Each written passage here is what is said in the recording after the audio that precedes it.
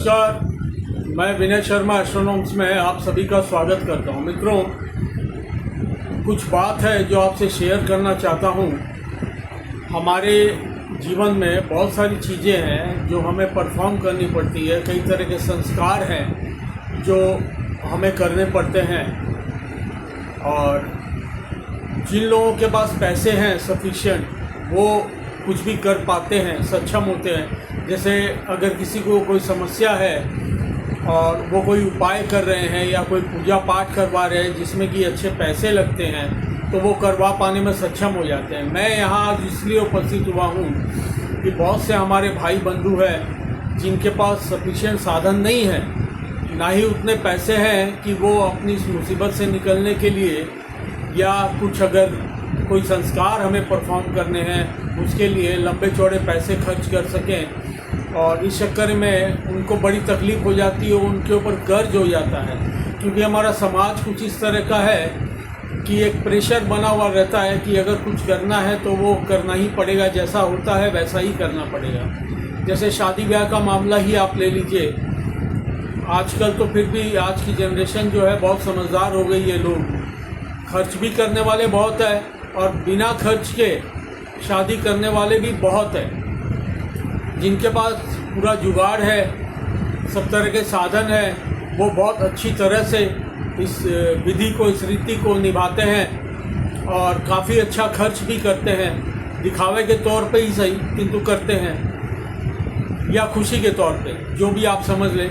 मैं किसी पे आरोप नहीं लगा रहा, किंतु बहुत से लोग ऐसे भी हैं जो समर्थ होते हुए भी बड़े सीधे साधे ढंग से और ये विवाह या जो भी रीति रिवाज हमारे जो मनाने के हैं वो करते हैं और कोई समस्या नहीं उनको। किंतु जिनके पास पैसे नहीं ही है, जो कर ही पाने में सक्षम नहीं है, वो क्या करें? अंततः उनको कहीं न कहीं से समाज के प्रेशर में, रिश्तेदारों के प्रेशर में कर्ज उठाना पड़ता है और एक चीज़ करने के लिए उनको बहुत लंबे समय तक इससे जूझना पड़ता है। देखिए, हमारे सनातन धर्म की एक विशेषता है जो हर वर्ग के लिए कुछ न कुछ अवश्य है इसमें, कि अगर किसी के पास पैसे ना हो तो वो कैसे करे, और जिसके पास पैसे हो, जो समर्थ हो, वो कैसे करे। अब आपको एक पुरानी कथा याद तो होगी कि सुदामा जो थे वो भगवान श्री कृष्ण के मित्र थे। जब श्री कृष्ण की मदद की उनको आवश्यकता पड़ी और उनसे वो मिलने गए तो उनके पास कुछ भी नहीं था, सिवाय थोड़े से चावल भुजे हुए थे, वही वो लेकर के गए थे। भगवान से जोड़ करके हम सारे रीति रिवाज को देखते हैं, क्योंकि किसी भी रीति रिवाज को निभाने में भगवान की किसी न किसी रूप से पूजा होती है। उस विधि में भगवान हमारी भावना को देखते हैं। आपने कितनी बड़ी पूजा कराई है, कितने पैसे खर्च किए हैं उसमें, उससे उनको कुछ लेना देना नहीं है, क्योंकि दिया हुआ तो सब उन्हीं का है। उनको भावना चाहिए। भावना अगर आपकी शुद्ध है तो अगर आपके पास पैसे नहीं भी है तो भी आप जो भी रीति रिवाज है अपने, वो आप निभा सकते हैं। यही हमारे सनातन धर्म की विशेषता है। इसमें विवाह तो आजकल होने भी लग गए, बहुत कम खर्च में भी लोग करते हैं। जिनके पास नहीं है वो पहले से बोल देते हैं। पहले वाला टाइम नहीं रहा कि लोग बोल नहीं पाते थे और कर्ज लेते थे। आजकल मैक्सिमम लोग बोल देते हैं पहले से। तो ये समस्या धीरे धीरे कम होती जा रही है। किंतु एक और बहुत बड़ी समस्या है जो शहर के अलावा अगर आप गाँव की तरफ जाए तो वहाँ बहुत ज़ोर से आज भी चलती है। वो है, अगर किसी के परिवार में किसी की मृत्यु हो जाती है, मृत्यु भोज।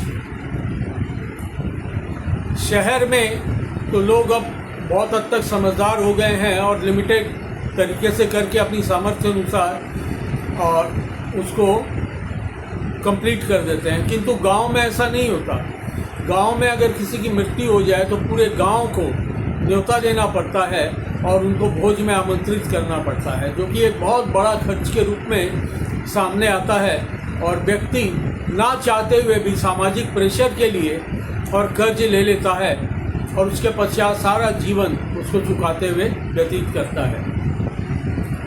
मैं आपको बताता हूँ कि अगर आपके पास पैसे नहीं है, किसी के पास कोई हो जिसके घर में किसी की मृत्यु हो गई हो, या आपके जानकारी में कोई हो जो समर्थ नहीं है किंतु उसके घर में मृत्यु हो गई हो किसी अपने की, और वो ये मृत्यु भोज कर पाने में असमर्थ हो पूरी तरीके से, इवन जो 12 ब्राह्मण जिमाने की एक प्रथा है वो भी वो नहीं कर पा रहा हो, तो उसके लिए भी हमारे सनातन धर्म में एक विशेष उपाय है जो अगर करे तो निश्चित रूप से उनको भी वही फल मिलेगा, उनके पूर्वजों को भी वही फल मिलेगा जो समर्थ लोग पैसे खर्च कर करके जिनके द्वारा मिलता है। अगर किसी के पास कुछ भी ना हो, सिर्फ एक ब्राह्मण को भोजन करवा सके तो एक को करवाए, गौग्रास निकाले, गौ माता को खिलाए और किसी निर्जन स्थान में पहले चले जाए मृत्यु भोज के पहले, और जा कर के दोनों हाथ ऐसे ऊपर उठाए आसमान की तरफ और भगवान का आवाहन करें, अपने पितरों का आवाहन करें कि हे पितरों, हे भगवान, मैं ये मृत्यु भोज कर पाने में असमर्थ हूँ और मेरे पास उतने साधन नहीं है, तो कृपा करके जो मैं कर रहा हूँ उसी को स्वीकार करें और मेरे पूर्वज और मेरे जो जिनकी मृत्यु हो गई है मेरे अपने, उनको आप मोक्ष प्रदान करें। ये सुनने में आपको लग रहा होगा कि ये क्या मैं बता रहा हूँ, किंतु यकीन मानिए मैंने कई लोगों को ये बताया। शुरुआत में तो लोग मानते नहीं थे, कहीं ना कहीं से कर्ज लेके करना ही पड़ता था, सामाजिक प्रेशर, किंतु कई लोगों ने माना, गिनती बहुत छोटी सी 8-10 लोगों ने माना और उन्होंने किया ये, उनके मन को भी वैसी ही शांति मिली। आप यकीन मानिए अगर आपके नज़र में कोई ऐसा है और वो परेशान है पूरी तरह से कि ये मैं कैसे करूं, देखिए अगर आप कर्ज लेके किसी भी तरह के रीति रिवाज अगर निभाते हैं, उससे पूजा पाठ करवाते हैं, तो आप ये मान के चलिए कि आपको उसका फल नहीं मिलेगा। ये फल उसी को मिलेगा जिसके पैसे हैं, आप भले उसको चुका दें तो भी। कर्ज लेके कभी भी मृतक का काम नहीं करना चाहिए, कभी भी नहीं। ना ही आप गृह संबंधी कोई उपाय में कोई बड़ी पूजा कर्ज लेके करें, ना ही कर्ज लेके कोई स्टोन वगैरह पहने।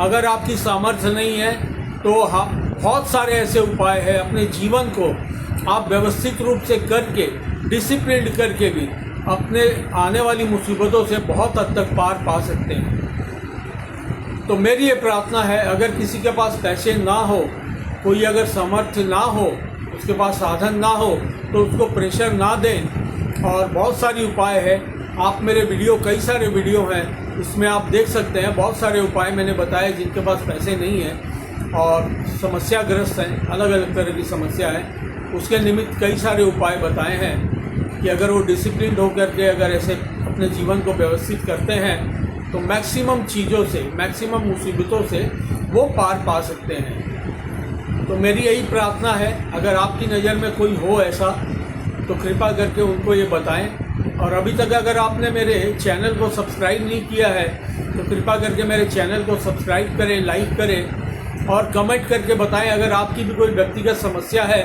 जो आपके समझ में नहीं आ रही कि क्यों है, तो मैं वीडियो के माध्यम से ज़रूर उसका निदान आपको दूंगा। धन्यवाद, नमस्कार।